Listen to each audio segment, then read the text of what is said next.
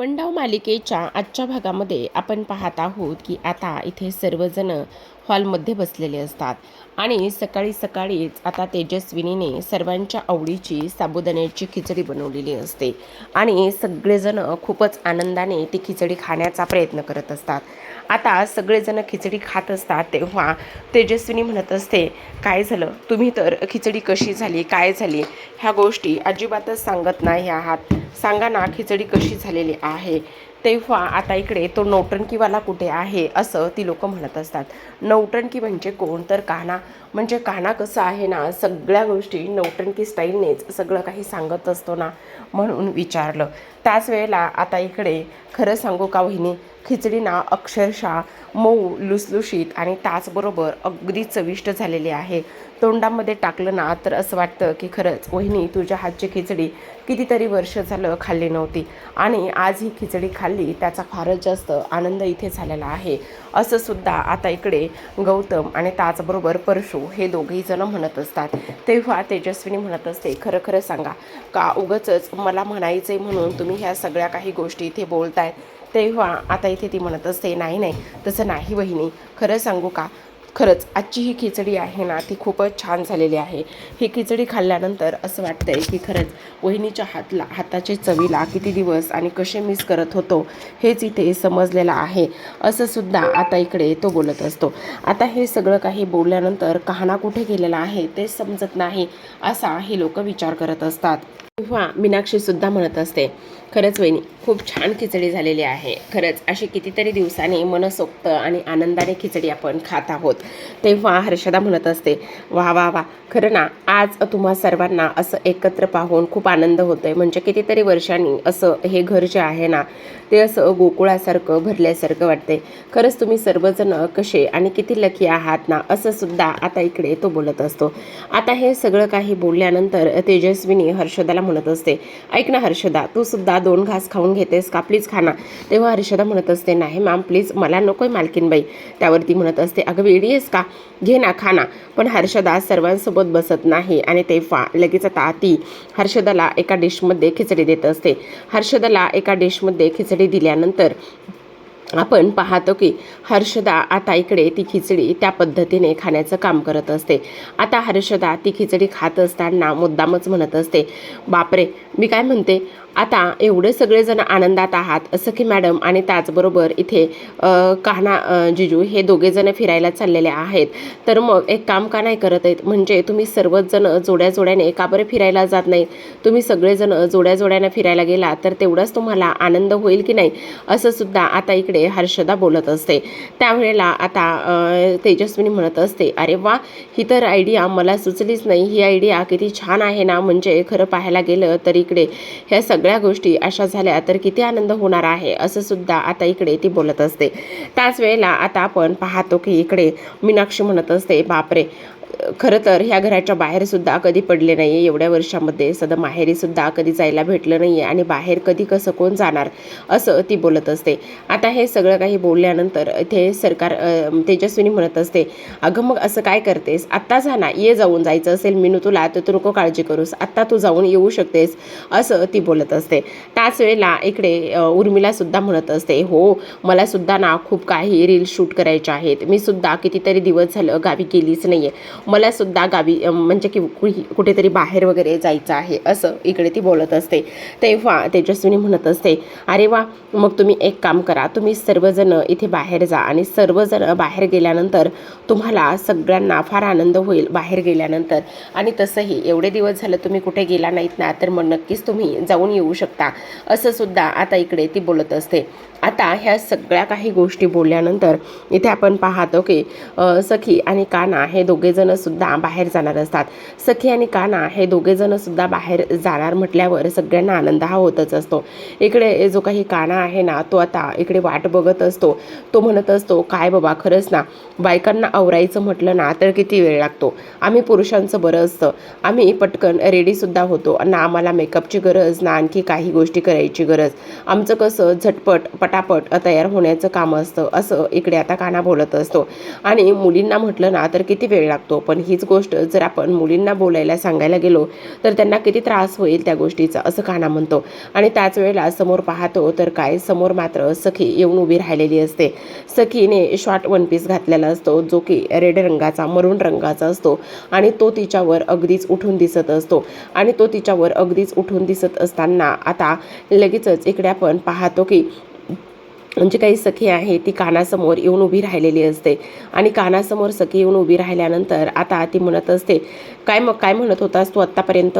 आता मुलींना रेडी होण्यासाठी वगैरे तयार होण्यासाठी वेळ लागतो ना, मग काय पडली ना तुझी विकेट आता मला पाहिल्यानंतर, असं तो म्हणत असतो.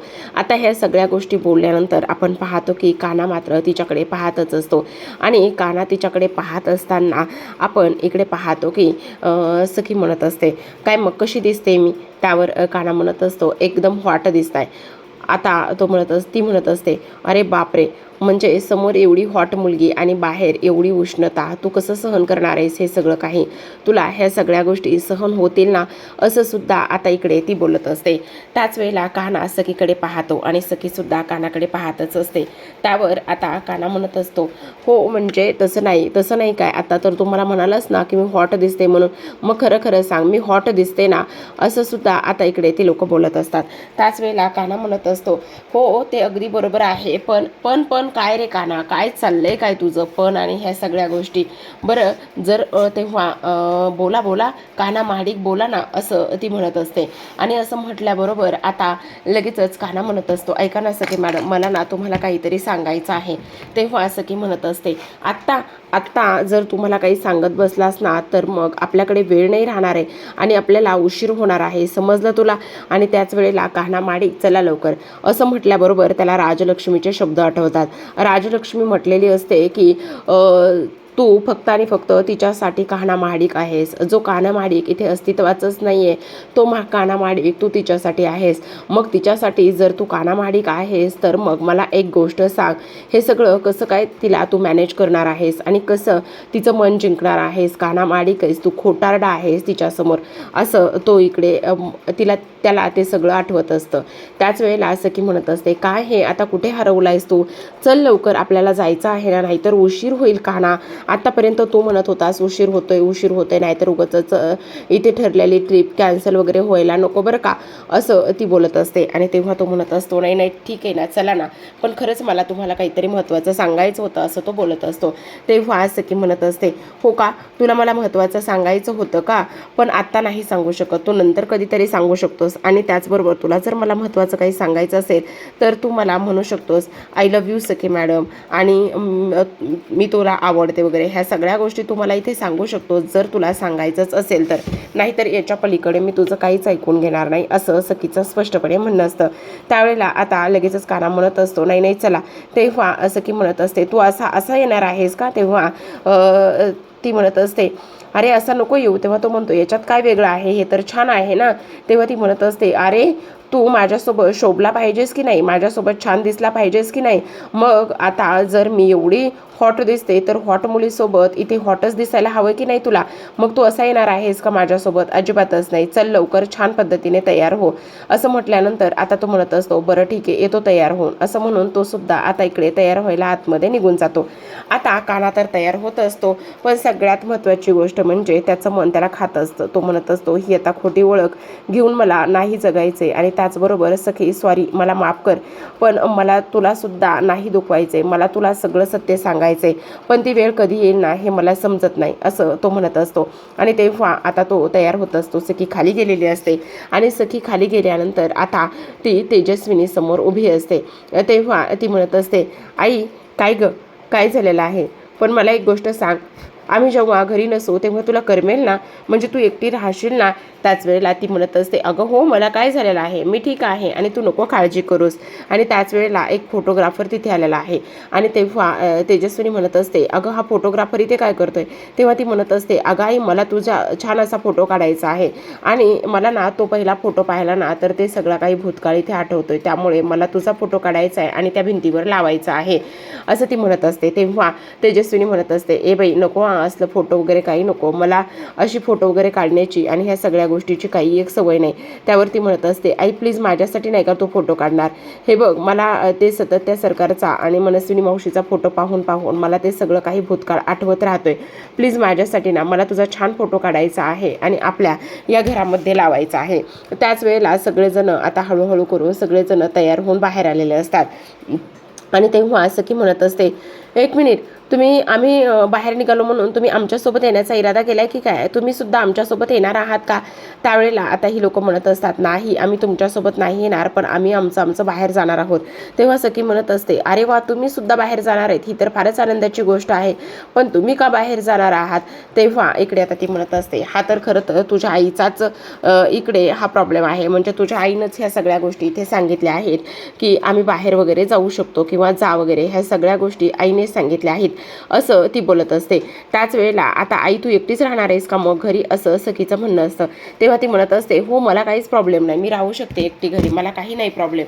आणि तेव्हा आता तेजस्विनीने हर्षदला त्या दोघांसाठी सुद्धा खाऊ बोलवलेला असतो आणि ती म्हणत असते, हा जो काही खाऊ आहे ना तो तुम्हा दोघांसाठी आहे, कान्हासाठी आणि सखीसाठी. अगं पण कान्हा आहे तरी कुठे, असा सुद्धा प्रश्न आता इकडे तिला पडलेला असतो. तेव्हा सखी म्हणत असते, कान्हा तयार होतोय आणि तेव्हा लगेच कान्हा खाली येतो आणि म्हणत असतो, हा हे काय, मी आलेलोच आहे. अरे वा, तुम्ही सर्वजण कुठे चाललात? म्हणजे तुम्ही सर्वजण काय आमच्याबरोबर यायला लागलेले आहात की काय? तुम्हा सर्वांना आमच्यासोबत यायचं आहे की काय? असं सुद्धा इकडे आता तो विचारत असतो. त्याच वेळेला आता ते लोक म्हणत असतात, नाही आम्ही तुमच्यासोबत नाही जात आहेत, आम्ही आमचं बाहेर फिरायला जातोय. आणि खरं सांगू का तुला, सगळ्यात महत्त्वाचं म्हणजे ही सगळी काही बेस्ट आयडिया जी आहे ना ती फक्त आणि फक्त इथे वहिनीची आहे. वहिनीनेच आमच्यासाठी हा प्लॅन केला आहे आणि वहिनीच आम्हाला इथे बाहेर पाठवायला तयार झालेली आहे. त्यावेळेला आता कान्हा म्हणत असतो, एक मिनिट, मला एक गोष्ट सांगा, तुम्ही ह्यांच्यासाठी प्लॅन बनवलाय ठीक आहे, हे बाहेर चालले ठीक आहे, पण तुम्ही एकट्याच घरी राहणार आहात का? नाही, तुम्ही अशा एकट्या घरी राहू शकत नाही. हे बघा, तुमच्यासाठी हे फार रिस्की आहे, तुम्हाला असं एकट्याला घरी राहता येणार नाही. नको, ही रिस्कच नको आहे मुळामध्ये. त्यावेळेस तेजस्विनी म्हणत असते, अरे वेडायच का कान्हा, मी कुठे एकटी आहे, माझ्यासोबत हर्षदा आहे ना, आणि मी एकटी अजिबातच नाही आहे.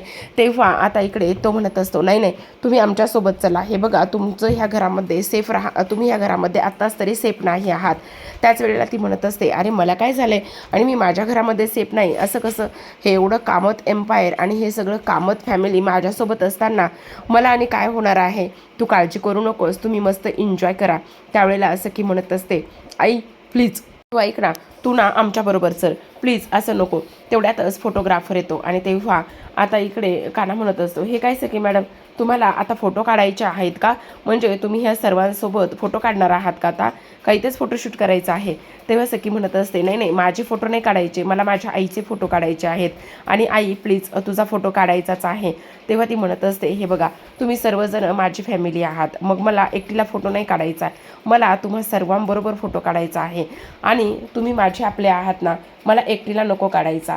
त्यावर सखी म्हणत असते, आई प्लीज ग, मला तुझा तिथे फोटो लावायचा आहे, तुझी स्माईल आणि त्या सगळ्या गोष्टी मला तिथे कॅप्चर करायच्यात आणि तिथे भिंतीवरती तो फोटो लावायचा आहे, असं ती म्हणत असते.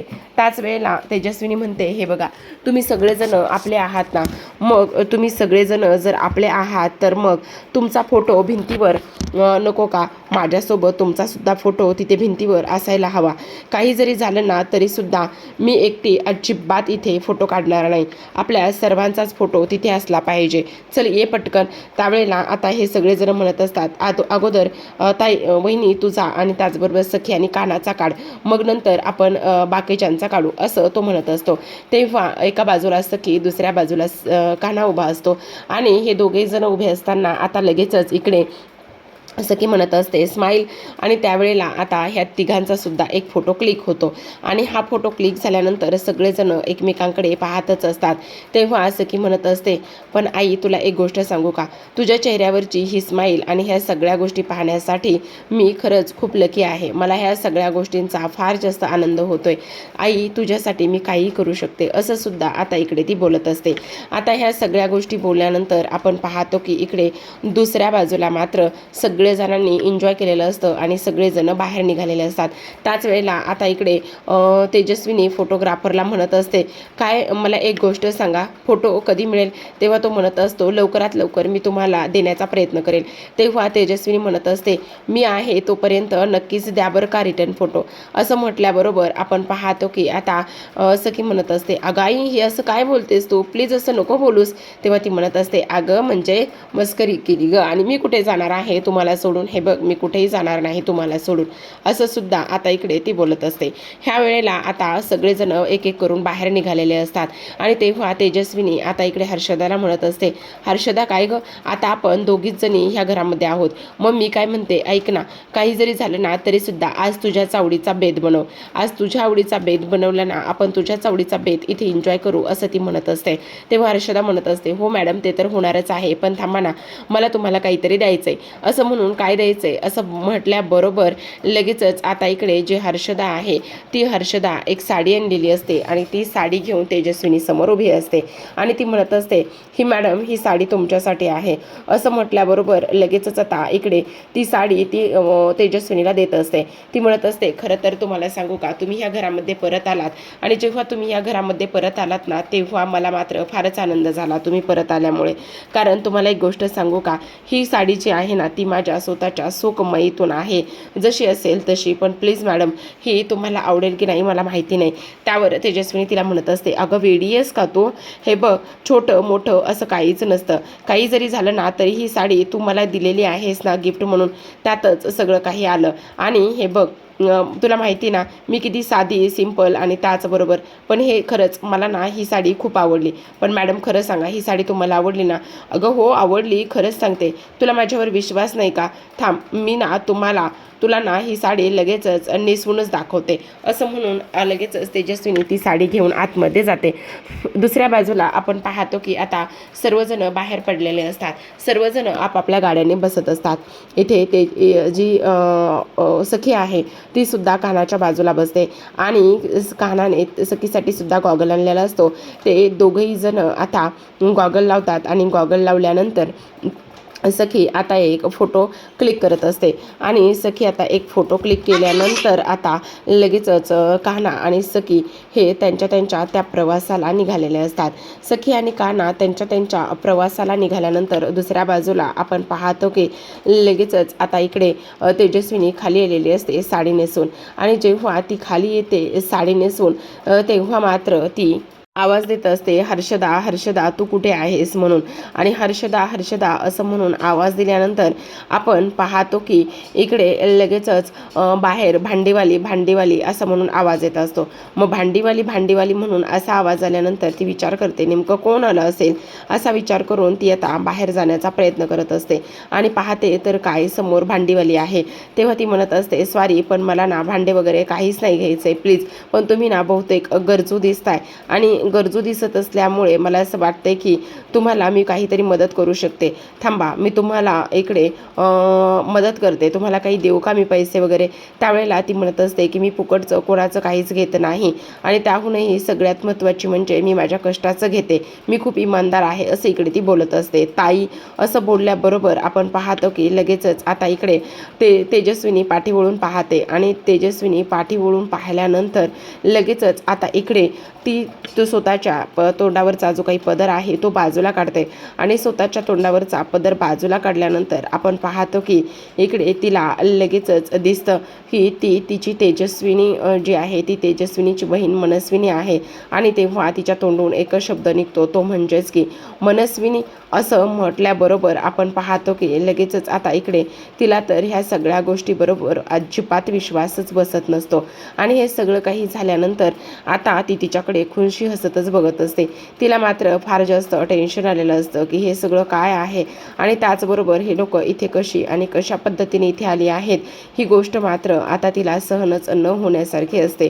त्याच वेळेला आपण पाहतो प्रेक्षकांनो की आता उद्याच्या भागामध्ये आपल्याला असं पाहायला मिळत आहे की शेवटी काय होतं तर इकडे जी काही सरकार आहे त्या सरकारने मात्र इथे तेजस्विनीला गायब केलेलं असतं आणि तेजस्विनीला गायब केल्यानंतर एका उंच टेकडीवर ती तिला घेऊन आली आलेली असते. जेव्हा उंच टेकडीवर ती तिला घेऊन येते त्यावेळेस आता इकडे तेजस्विनी मनस्विनीला म्हणत असते, तू अशी का करते, सोड मला, हे बघ असं करू नकोस, प्लीज सोड मला, असं इकडे ती बोलत असते. पण त्यावर आता इकडे ती म्हणत असते, नाही, अजिबात नाही, किती नाही म्हटलं ना तरी तुझा हा शेवट होणारच आहे, असं सुद्धा आता इकडे ती बोलत असते. आता ह्या सगळ्या काही गोष्टी बोलल्यानंतर लगेचच इकडे जी काही मनस्विनी आहे ती तेजस्विनीच्या कानाखाली मारते. पण आता तेजस्विनीला त्या खुर्चीवरती तिने बांधून ठेवलेलं असतं. तेजस्विनी तिची ताकद एकवटते आणि तेजस्विनी तिची ताकद एकवटल्यानंतर आपण पाहतो की लगेचच आता इकडे जी काही तेजस्विनी आहे ती मनस्विनीला धक्का देते आणि मनस्विनी त्या खोल दरीमध्ये पडत असते. दुसऱ्या बाजूला आपण पाहतो की इकडे सखीचं चालू असतं कानामाडिक म्हणून, आणि त्याच वेळेला काना भडकतो आणि भडकल्यानंतर तो म्हणत असतो, काय काय चाललंय काय तुमचं, तुम्ही वेड्या आहात का, तुम्ही डोक्यावर पडला आहात का, काय चाललंय तुमचं, कानामाडिक सतत कानामाडिक हे सगळं काही बोललंच पाहिजे का, मी कानामाडिक नाही आहे, असं इकडे तो सांगतो. आणि ह्या सगळ्या गोष्टी त्याने सांगितल्याबरोबर सखीला मात्र खूपच मोठा धक्का बसतो की हा असं का बोलत आहे आणि हा असा का म्हणत आहे की कानामाडिक नाही म्हणून. तर आता प्रेक्षकांनो, शेवटी कान्हा जो आहे तो सर्व सत्य सखीला सांगेल का की तो कानामाडिक नाही तर कबीर किर्लोस्कर आहे म्हणून. तर इकडे दुसऱ्या बाजूला मनस्विनीचा अंत झालेला असतो आणि पुन्हा एकदा तेजस्विनी जिंकलेली असते. तर पाहत राहा लपंडाव. भेटूया तसेच एका नवीन एपिसोड सोबत. तोपर्यंत